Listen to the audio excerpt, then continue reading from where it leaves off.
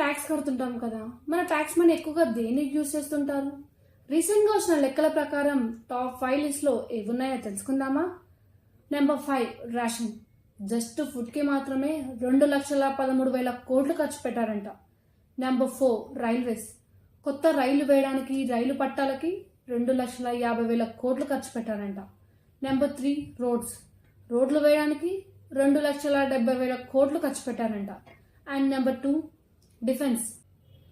అదే మన రక్షక కూటమికి 6,21,000 కోట్లు ఖర్చు పెట్టారంట. And number 1 loans. మనం తీసుకునే లోన్స్ పైన ఇంట్రెస్ట్ కట్టడానికి అంతా ఇంత కాదు, 11,90,000 కోట్లు ఖర్చు పెట్టారంట. మీరేమనుకుంటున్నారు?